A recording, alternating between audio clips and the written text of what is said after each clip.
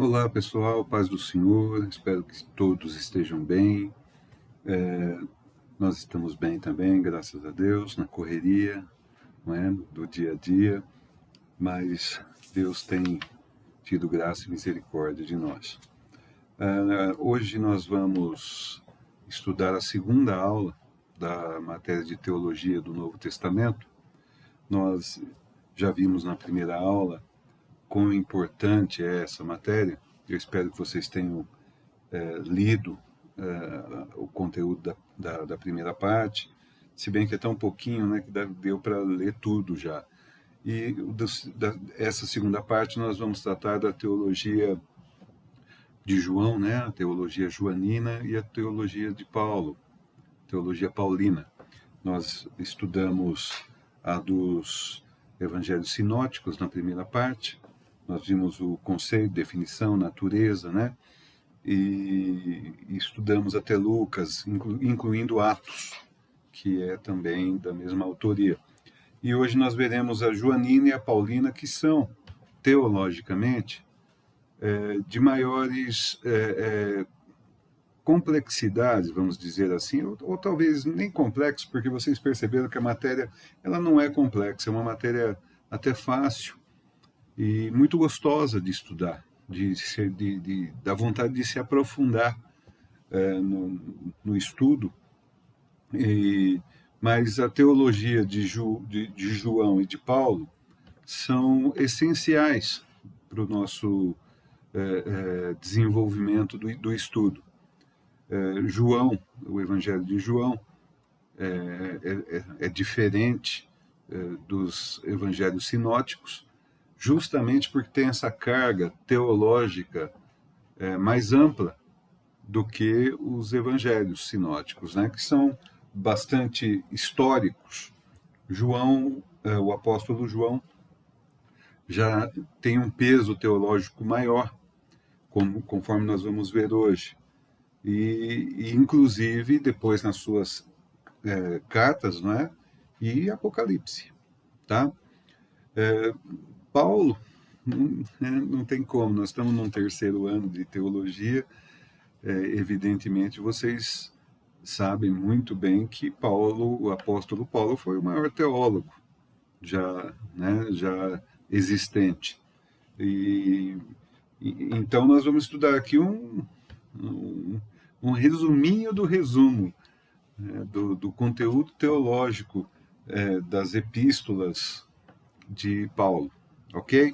Então nós vamos começar hoje na página 36, Teologia Joanina. Nós não vamos ler tudo, é óbvio.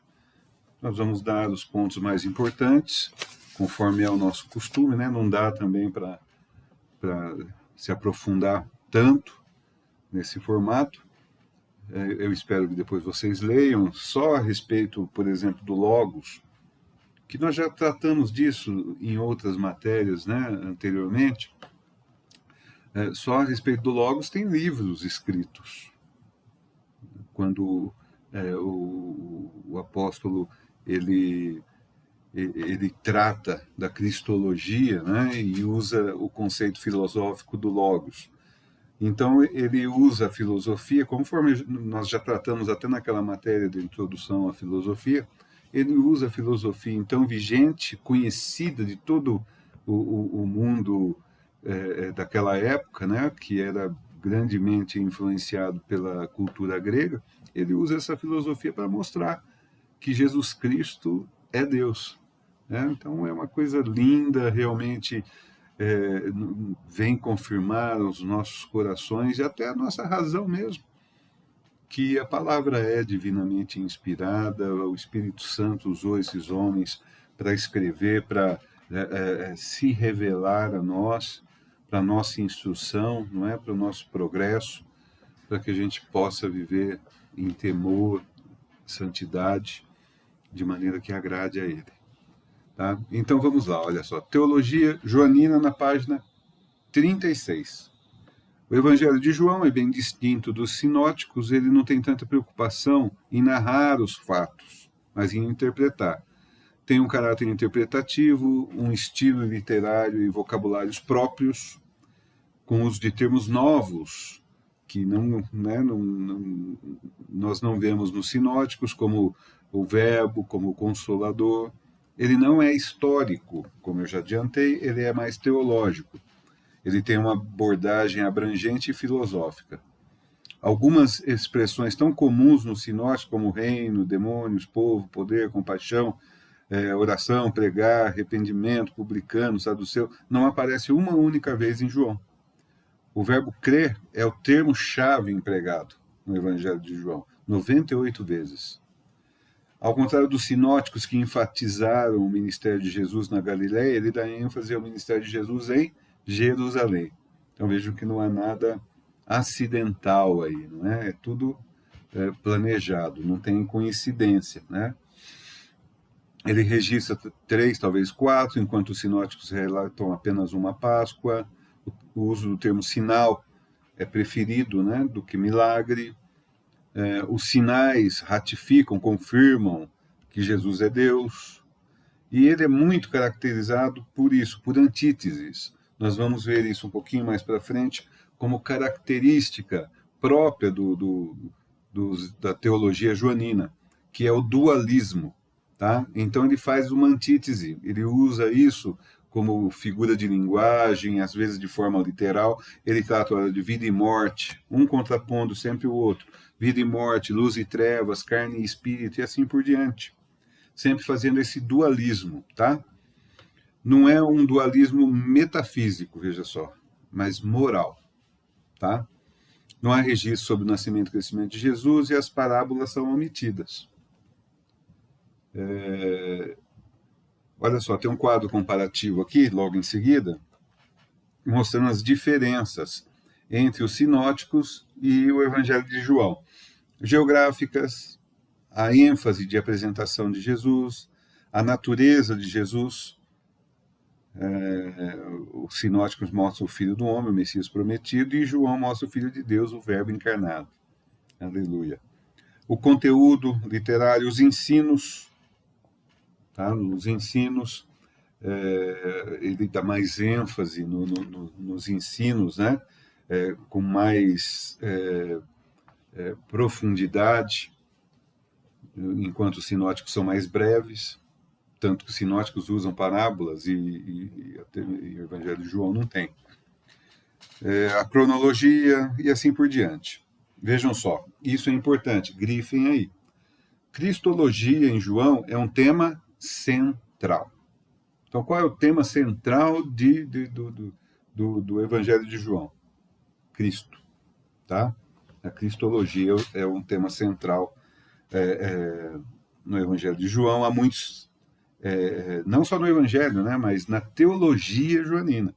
Porque, vejam só, ele vai usar verbo, Cordeiro de Deus, luz do mundo, bom pastor, Jesus Cristo, alfa e ômega.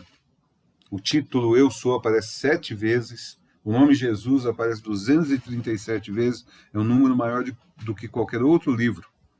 O título de verbo, ainda que não fosse usado pelo próprio Jesus, é usado somente por João. Tá? Que é essa parte que ele entra aqui falando do Logos. Nesse evangelho, a cristologia é muito acentuada. Repetindo, não é? É um livro essencialmente sobre Jesus Cristo. Amém? Ele vai tratar, depois vocês leiam aqui, é muito interessante essa abordagem do Logos na escola filosófica daquela época, como eu já falei. E ele diz aqui, olha, para João, Logos é a expressão, a revelação do Deus encarnado aos homens.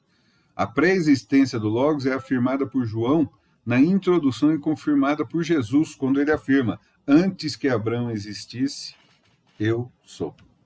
Ok? Então, é muito interessante se vocês leiam com mais calma, para vocês entenderem a grandeza dessa teologia joanina. Os títulos mais importantes para Jesus. Então, ele fala do Logos, ele fala do Filho de Deus, tá? Esse título para Jesus também é usado no sinótico, mas em João, no sentido mais pleno de divindade. Os outros não negam, né? Falam também, mas eles são mais históricos, narram mais os fatos. Tá? João já vai mais para a linha teológica, filosófica, tá? Jesus é o único Filho de Deus, sua filiação é distinta de todos os demais filhos, sua missão é dar vida eterna a todos os que creem. Pois Filho do Homem, é muito interessante, tá? Vocês se lembrarem dessa passagem, porque ela faz correlação com Ezequiel, lembram-se? Nós tratamos disso na primeira aula, tá? Então, no Evangelho de João, assim como no Sinótico, esse título não é aplicado pelos discípulos, prestem atenção nisso. Não são os discípulos e ninguém do povo que chama Jesus de Filho do Homem. É o próprio Jesus Cristo que se proclama Filho do Homem. Mas ocorre muito menos que nos sinóticos. Tá?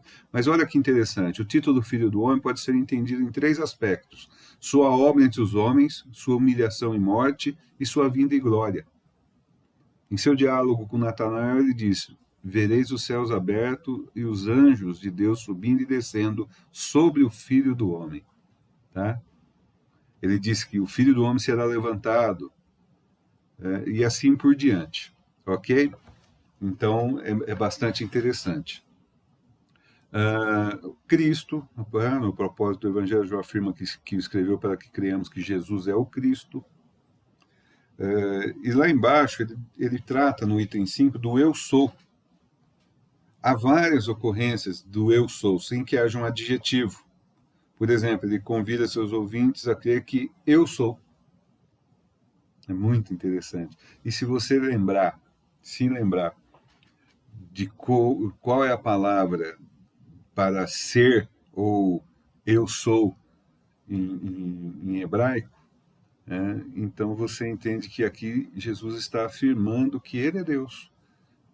Porque o verbo ser, ou eu sou, em hebraico, vai acarretar a palavra Jeová, Javé, Yavé, tá? Então, olha só, a maioria das declarações do eu sou ocorre no Evangelho como segue: eu sou o pão da vida, sou a luz do mundo, a porta das ovelhas, o bom pastor, a ressurreição e a vida, e assim por diante. Segundo ponto, então nós vemos aqui o primeiro ponto, que é a cristologia, que é forte, né, o tema central, e o segundo ponto qual que é? Que caracteriza, assim, de uma forma geral, a teologia joanina. A primeira, então, é a cristologia, né, o tema central é Jesus, e o segundo é o dualismo que nós já falamos, está aqui na página 39, ó. Que é o dualismo? É o sistema que explica o todo da realidade como composto de 2 tipos de realidades distintas. Há 2 substâncias, 2 tipos distintos e independentes de seres, material e espiritual, e assim por diante. Tá? É aquilo que nós falamos, né? Que ele usa bastante a questão a vida e a morte, a luz e as trevas, a carne e o espírito. Então, essa antítese, né? Essa oposição, ok? Ele põe aqui: o conceito de dualismo na teologia supõe que existem 2 entidades separadas e iguais, bem e mal, que são igualmente poderosas. Tá? Isso é um conceito filosófico, tá, gente? Não há como a gente dizer que são iguais, o bem e o mal. Tá? O bem representado por Deus, que é sobre todos, está acima de todos, e o mal representado por nosso inimigo, tá? O inimigo de nossas almas. Aí ele diz aqui: já no prólogo do Evangelho, João apresenta uma antítese cósmica entre Deus e o universo, e assim ele estabelece um dualismo que permeia todas as suas obras, do Evangelho ao Apocalipse. É um dualismo que contrasta o mundo superior e o mundo inferior, bem expresso nas palavras de Jesus: vós sois de baixo, eu sou de cima. Vós sois deste mundo, eu não sou deste mundo. Tá? Aí ele vai falar aqui por exemplo, né, Deus e o cosmos, ok? Deus e o universo. Vai falar aqui da criação. Aí ele vai falar da vida e morte, vai falar de luz e trevas, vai falar de carne e espírito. Cada uma delas aqui, com as passagens respectivas, vocês leiam para entender o foco desse dualismo, dessa característica marcante da teologia de João. Ele também trata bastante do Espírito Santo. Olha que curioso. João é o evangelista que mais dá destaque ao Espírito Santo. tá? O Espírito Santo é apresentado sempre em atividade, ajudando as pessoas. Quanto à sua natureza, o Espírito Santo é da mesma essência, do mesmo tipo que Jesus. É esse o significado do termo outros, tá? Quando Jesus falou da vinda do Espírito como outro paracleto, né? Outro igual. Depois ele vai falar da vida eterna. Em João, a vida eterna tem um aspecto duplo, olha o dualismo aí, né? Presente e futuro. Tá? Na presente, ela é experimentada quando o indivíduo aceita o convite. Então, nós já temos novidade de vida, nova criatura. Então, nós não precisamos passar pela morte para saber o que é a vida eterna. Nós sabemos o que é, nós ainda não experimentamos, nós vamos chegar lá. Tá? E no aspecto escatológico, ou seja, futuro, será uma vida eterna plena com Deus. Fala da fé, fala de sinais, que ele prefere essa palavra do que a palavra milagres, e fala de vida cristã. Paulo vai falar mais, né? Mas João já está falando. Quando ele diz aqui, esse tema é muito forte na primeira epístola. Aquele que nasceu de novo não pode permanecer na prática do pecado. Não há a ideia de que o cristão não peca, mas que não pode continuar no erro. Não é? O verbo permanecer ocorre 27 vezes, está ligado à ideia de permanência em Deus. E, no final, escatologia. Não tem como você não falar de escatologia quando trata de teologia joanina, não é? Quando ele é o autor do Apocalipse. Então, olha só, no Evangelho, João faz referência à vinda de Cristo. Também faz na primeira epístola, tá? Mas é no Apocalipse que esse tema é mais desenvolvido. Independentemente do método de interpretação do Apocalipse, a vinda pessoal, visível e triunfal de Jesus em glória é uma ocorrência escatológica sobre a qual não resta a menor dúvida. Aí eu achei interessante isso aqui, essa informação que tem na apostila. Olha só, segundo a posição do IBBC, que é a posição da Igreja Brasil para Cristo, é pré-tribulacionista e pré-milenista. Tá? Eu falo muito a respeito disso, porque as pessoas, eu gosto de falar a respeito da posição do IBBC, a respeito da posição do Brasil para Cristo, do credo, né, dos nossos estatutos, porque tem pessoas no nosso meio que teimam em confrontar isso, né, em se rebelar com isso e criticar isso. Mas aquela história, tem igreja hoje para todo gosto. Então, se você, né, não está de acordo com o que está no entendimento da igreja, no estatuto, no credo, né, é só ir para outra. Mas a pessoa, ela já tem um espírito de rebelião em si.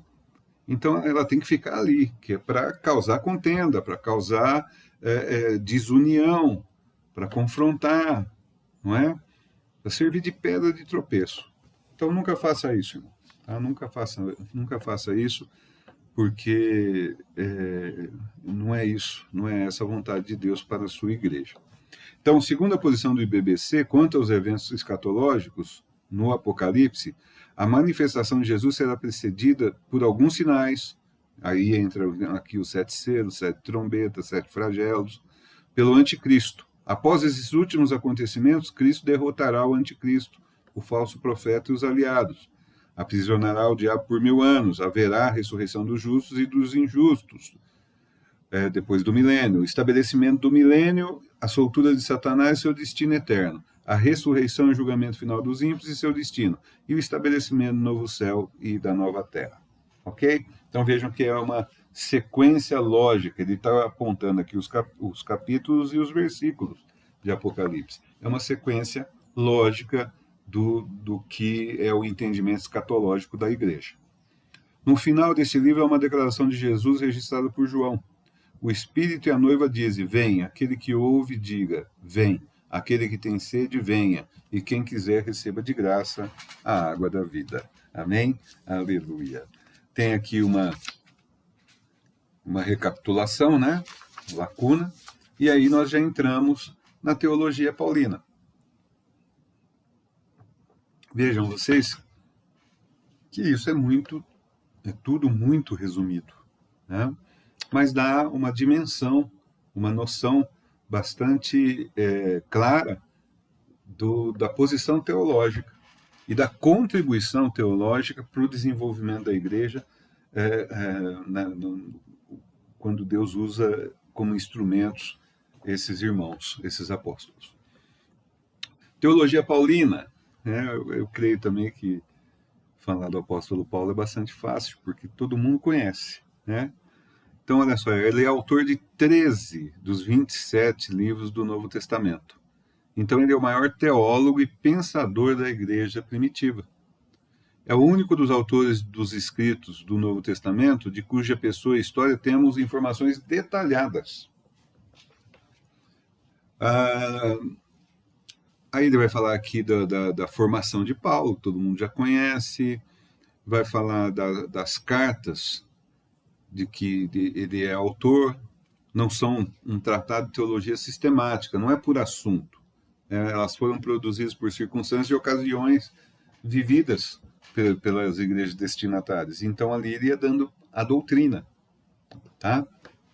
Por revelação divina, ele ia doutrinando as igrejas, o que fazer, como fazer, se acontecer isso, faz isso, está acontecendo aquilo, faça isso, tá?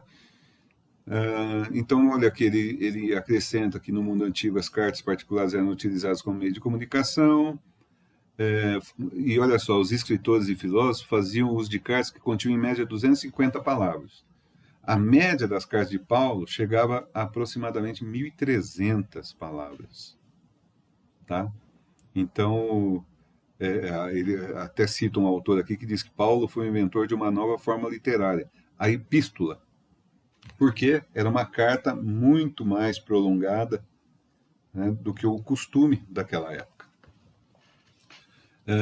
Seus escritos e pensamentos são a principal fonte da teologia propriamente dita, cristologia elaborada, a martiologia, vocês lembram o que quer dizer a martiologia? A doutrina do pecado, soteriologia, doutrina da salvação, pneumatologia, doutrina do Espírito Santo, e escatologia, a doutrina dos eventos finais, ok? E aí ele vai falar que ele era perseguidor, e ele, né, na estrada de Damasco, no caminho de Damasco, ele teve um encontro com Jesus Cristo, foi comissionado ali, tá? Então, essa história toda vocês já conhecem. Agora vamos para o que interessa em si, principalmente na prova. Fontes do pensamento paulino. Quais são as fontes, principais fontes? Nós vemos aqui, né, nessa breve introdução, que ele era judeu, que ele teve formação rabínica, que ele tinha cidadania romana, que ele nasceu numa região que tinha uma predominância de cultura grega, tá? Então vocês vão ler, vão recapitular, porque vocês já sabem isso da história de Paulo, mas olha só, quais são as principais fontes do pensamento paulino? Grifem aí, principais fontes. Está na segunda linha. Judaica, romana e grega. Né? Judaica, pelo nascimento e por ele ser judeu. Romana, por ele ser um cidadão romano, e era a praxis, né? Quem dominava o mundo pela força e pelo sistema governamental era Roma. E grego, e grega, né? Fonte grega, porque a cultura grega era a que enraizou, né? A que tinha enraizado e que dominava todo o pensamento daquela época, tá? Aí vocês vão ler aqui a grega, né? Helênica, grega e helênica é a mesma coisa. A familiaridade comum do grego é indicada por sua origem, como eu disse, ele nasceu numa região ali que era um centro da cultura grega naquela parte da Ásia, tá? Ele nasceu em Tarso, centro do epicurismo, que é uma escola filosófica, tá? Materialista, tal. Vocês leiam depois aqui para lembrar o que é o epicurismo, que vem de Epicuro, né? O filósofo famoso naquela época. Aí a judaica, no Velho Testamento. A base da mentalidade de formação de Paulo é o ambiente judaico, do qual ele próprio dá testemunho. Ele nunca recebeu uma teologia pronta.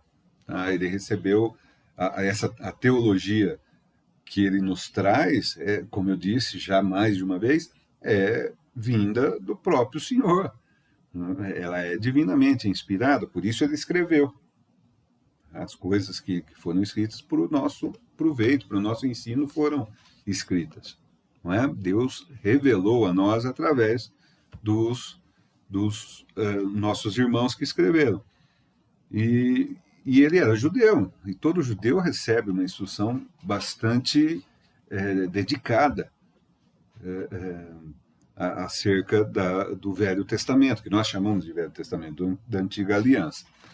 Depois ele vai falar aqui, no finalzinho, é o primeiro parágrafo da página 47, ó, lá em cima. Apesar da diversidade teológica, há uma unidade em sua teologia, tanto quanto uma harmonia com os ensinos de Jesus e os pensamentos dos principais apóstolos e escritores do Novo Testamento. E não só do Novo, mas também do Antigo, né, do Testamento. Tá? Isso para mostrar que é uma coerência total. De Gênesis a Apocalipse, a palavra nos revela Jesus Cristo. Nos revela a vontade de Deus, o plano da salvação, o porquê aconteceu, a consequência do que aconteceu, a providência de Deus e como será no futuro. Está tudo ali. Aleluia, glórias a Deus por isso. Amém? Depois ele vai falar aqui da fase apostólica, como é que começou o desenvolvimento da teologia cristã paulina. Tá? É uma parte bastante histórica, vai falar das viagens missionárias, e vocês leiam depois. Principais temas da teologia paulina. Questão importante. Centro da teologia paulina. Qual é o centro da teologia paulina? Vocês vão grifar. Está lá no a última expressão aqui, ó. O termo usado com uma frequência incomum nos seus escritos é Deus. Grifem isso. Então, qual é o centro da teologia paulina? É Deus. Amém? Não se esqueçam disso. Aí ele vai falar aqui, Deus, segundo os dados matemáticos, olha que curiosidade, fornecidos aqui por Morris, Paulo se refere a Deus bem mais do que qualquer outro autor do Novo Testamento. Há 548 citações de Paulo sobre Deus, num total de 1.300 no Novo Testamento. E aí ele menciona aqui, ó, é realmente extraordinário que um só escritor, cujos escritos perfazem cerca de 1/4 do Novo Testamento, tenha quase metade das referências a Deus. Em Romanos, ele usa a palavra Deus 153 vezes, em média uma vez a cada 46 palavras. Eu acho incrível, né, essas pessoas que ficam medindo isso, mas é gostoso de ver como curiosidade, né? Tá? E aí ele vai dizendo aqui, né, Deus é único, é Pai, é vivo, é fiel, não pode mentir, e assim por diante. Cristologia, na teologia de Paulo. Enquanto nos evangelhos a expressão Cristo, que quer dizer ungido, é quase sempre um título, em Paulo se torna um nome próprio. Aqui, Cristo é Jesus. Tá? Esse título para Jesus é usado com muita frequência por Paulo. Olha só, as métricas aqui, né, as contagens. Das 529 ocorrências do Novo Testamento, 379 se encontram nas cartas de Paulo. O título Jesus também é usado 214 vezes. Vejam só, né? Do que trata a teologia paulina? De Deus. Deus, quando a gente fala, o Deus trino, que é uno, né? 3 em 1. Tá? Paulo também usa a combinação de nomes com Jesus. Cristo Jesus, Jesus Cristo, Senhor, Salvador, Cristo, e assim é nosso Senhor Jesus Cristo. Então veja que não é só, né? Ele vai falando de outras formas, mas sempre falando de Deus. O título Senhor Kyrios é a tradução grega do tetragrama Javé, ou Yavé, ou Jeová, tá? Aquilo que nós falamos, o eu sou, o eu sou. Então as pessoas falam, mas Jesus não diz em nenhum momento que ele é Deus. Diz sim, né? Diz mais de uma vez que ele é Deus. né? Quando ele fala, antes de que houvesse Abraão, eu sou. Né? Tem outras passagens, deixa eu tentar me lembrar aqui, depois eu me lembro, não é? Mas há outras passagens dizendo, né, que ele, assim, quando ele fala, eu e o Pai somos um, né? Ou então quando descem lá o paralítico, os amigos lá, ele olha e fala, teus pecados são perdoados, só Deus podia. Tanto que os judeus, os fariseus, pegavam pedra para apedrejar ele, porque encaravam como blasfêmia. Ele estava falando que era Deus. Então é assim, né? Quando as pessoas aí, esses ateus à toa, tentam desqualificar Jesus, mas e até umas seitas aí, né? Que gostam até de falar que é cristão, mas negam a Cristo. Está acontecendo cada coisa ultimamente. Olha só, justificação e reconciliação. Isso é importante vocês estudarem, tá? Porque é um tema bastante forte na teologia paulina. Justificação e reconciliação. E é um tema que nós precisamos entender. Porque os dois termos estão, olha só, estritamente ligados. Por isso são tratados juntos. Justificar significa tornar digno. Reconhecer como digno. Então, justificar, tornar justo. Tá? A doutrina da justificação do homem pressupõe o conceito de justiça de Deus. Então, justificar é tornar dentro do padrão da justiça de Deus. Como é que nós vamos fazer isso, irmão? Por nós mesmos? Não tem como. Não tem como. A gente passa do padrão de Deus. Alguém tem que fazer isso por nós. Alguém que seja perfeito. Alguém que cumpra todos os requisitos. Só tem um. Não é? A verdade, o caminho e a vida. Jesus Cristo, nosso Senhor, nosso justificador. Tá? Aí ele vem aqui falando, olha só. Como todos pecaram, enfrentarão julgamento, porque Deus é um juiz justo, a saída é a justificação pelo sangue. Toda a justificação ao longo da história bíblica é pelo sangue. Através da graça, não é por obra. Tá? E aí já não há condenação para os que foram justificados. Ok? Uma vez justificado, o homem deve andar em justiça, segundo a palavra de Deus. Aí eu quero que vocês prestem atenção nisso e grifem. A reconciliação é o resultado direto da justificação. No que nós somos tornados justos, ou seja, amoldados ao padrão de Deus, nós nos reconciliamos com Deus. Porque Ele é santo, Ele é justo. Nada que não seja santo e justo pode ter um relacionamento íntimo com Ele. Uma reconciliação. Então, a reconciliação é o resultado da justificação.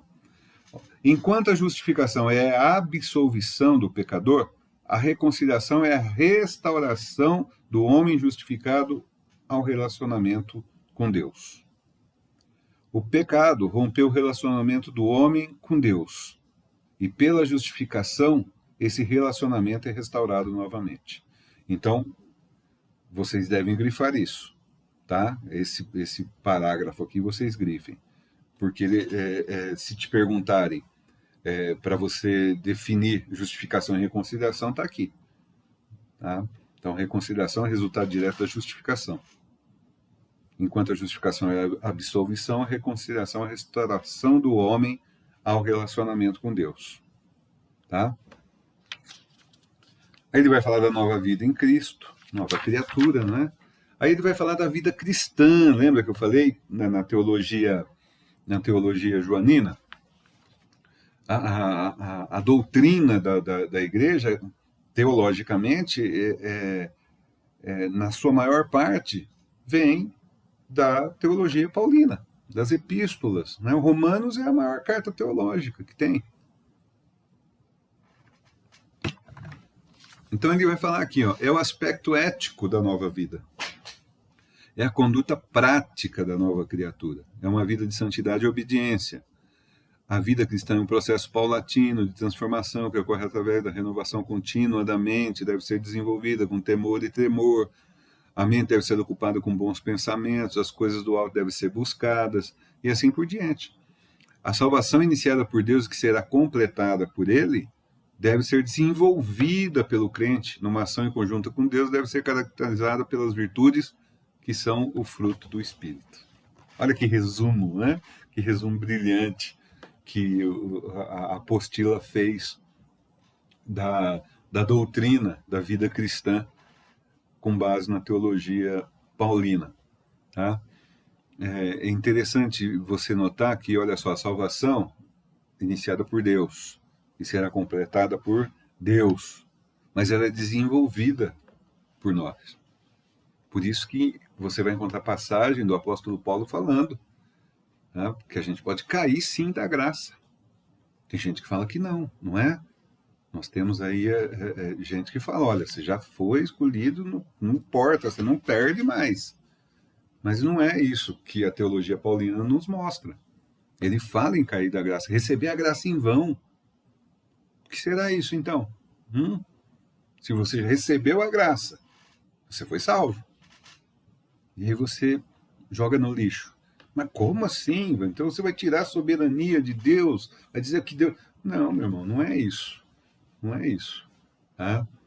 Nós fomos eleitos e escolhidos. A eleição é o povo de Deus, é a igreja. Quem estiver no barco, que é a igreja, capitaneada por Cristo, que é o comandante, irá para o destino, para a predestinação, que é o céu, a vida eterna. Ok? Você quer pular do barco? Não sei não. É salvo na marra? Tá? Aí depois ele vem aqui no item 6, em Cristo. Em Cristo e com Cristo são expressões muito comuns nas epístolas paulinas e só não ocorre na epístola a Tito. Ela aparece 162 vezes e relaciona-se com Cristo em nós. A base da vida cristã é em Cristo. A expressão implica na união íntima com Cristo, como bem afirma esse nome complicado aqui, né? A fórmula em Cristo de 1 Coríntios 15, 22 não se restringe, portanto, a indicar a associação jurídica e corporativa do homem com Cristo, mas exprime real comunhão, tá? Participação na vida ressuscitada, nova criatura. O próprio Senhor diz, quem está em mim e eu nele, não é? O crente morreu em Cristo, foi sepultado e ressuscitado com Cristo, vai viver com Cristo e estará para sempre com Cristo. Amém? Glória a Deus. Ele trata também bastante da igreja, a eclésia, né? Uma vez justificados e santificados, salvos em Cristo, são conduzidos para a comunhão na igreja. Paulo trata tanto da igreja local, que se reunia em casas, né? Não havia templo naquela época, quanto da universal. E às vezes ele fala das igrejas de determinada região. Tá? E olha só que interessante, ó, designação para a igreja: santos, eleitos, amados, chamados. Acabei de falar. Olha os eleitos aqui. Quem são os eleitos? Os que estão na igreja. Várias metáforas são usadas por Paulo para a igreja para destacar um ou mais aspectos de sua vida e função. Ele usa corpo, lavoura, edifício, santuário, família, noiva. Tá? A igreja está edificada sob o alicerce dos apóstolos e profetas. A igreja é uma comunidade constituída de concidadãos, também é chamada de o povo de Deus. Ele fala da organização, né, dos anciãos, presbíteros, pastores e assim por diante. Ele trata das qualificações devidas dos diáconos, dos pastores, tá bom? Ele fala muito, né, dos dons do Espírito. Nós conhecemos muito bem, não é? Essa matéria está lá em Gálatas 5, 22. Ele fala do fruto e também ele vai falar em Romanos 12, em Coríntios 12, em Efésios 4. Ele vai tratar dos dons espirituais, os dons de ministério, os dons de serviço, tá? Então, essa é uma matéria muito ampla, mas ele trata é ele quem vai fazer essa formação teológica para a igreja. Ele trata das ordenanças, o batismo e a ceia, tá? Então aqui ele vai falar o que é o batismo, o que é a ceia, né? Vocês já sabem disso. Ele fala de fé e obras, é muito interessante, porque tem muita gente que fala que há uma contradição entre os escritos de Paulo e o escrito de Tiago, mas não há contradição nenhuma, não é? Não há. O resumo de tudo a fé sem obras é morta, mas as obras não salvam. As boas obras são consequência da salvação, tá? Essa é mais uma das antíteses de Paulo. Fé e obras contrastam entre si como graça e lei. Fé e graça se tornam sinônimos em Romanos. E aí ele vai, né, falando aqui que o justo viverá da fé, parafraseando Abacuque 2,4, ninguém será justificado pelas obras da lei, mas sim pela fé. Para Paulo, o propósito da lei não era acabar com o pecado nem proporcionar salvação, mas de revelar o pecado. Olha só que interessante. Tá? A lei, ela revelava o pecado. Por quê? Porque a gente não conseguia cumprir. Ela mostrava, esfregava na nossa cara o pecado. A lei foi um instrumento de condenação e de morte. Por isso se diz a letra mata, tá? Porque a lei revelava o nosso pecado. Se nós não fôssemos pecadores, não precisava de lei. A letra mata por quê? Porque ela mostrava a condenação e a morte para a gente. Como escapar disso? Por isso diz que a letra mata. Não é para você parar de estudar, para você não pode fazer. Ele faz teologia. Não, a letra mata. Já viram falar isso? Eu já vi pastor nosso falando isso. Né? E, na verdade, Jesus fala: conhecereis a verdade, e a verdade vos libertará. Pedro vai escrever que é para crescer em graça e conhecimento do nosso Senhor Jesus Cristo. Paulo vai falar para a gente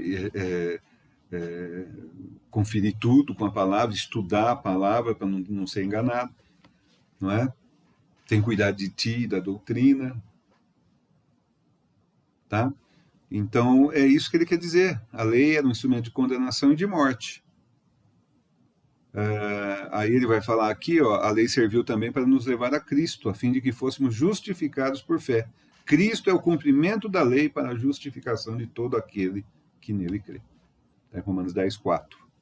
Tá bom? E escatologia. Tem escatologia na teologia paulina? Tem. Tá? Alguns assuntos tratados por Paulo sobre esse tema são, o estado intermediário, o homem do pecado, a vinda de Cristo, a ressurreição, o juízo.